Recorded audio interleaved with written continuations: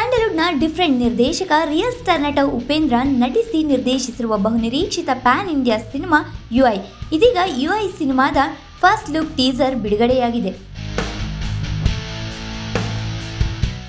ಚಿತ್ರದ first look ನೋಡಿದ ಉಪ್ಪಿ ಅಭಿಮಾನಿಗಳು ಹಾಗೂ ಸಿನಿ ಪ್ರೇಕ್ಷಕರು ಸೋಷಿಯಲ್ ಮೀಡಿಯಾದಲ್ಲಿ ಭಾರಿ ಮೆಚ್ಚುಗೆ ವ್ಯಕ್ತಪಡಿಸಿದ್ದು, ನಟನ ನಿರ್ದೇಶನಕ್ಕೆ ಫ್ಯಾನ್ಸ್ ಫಿದಾ ಆಗಿದ್ದಾರೆ.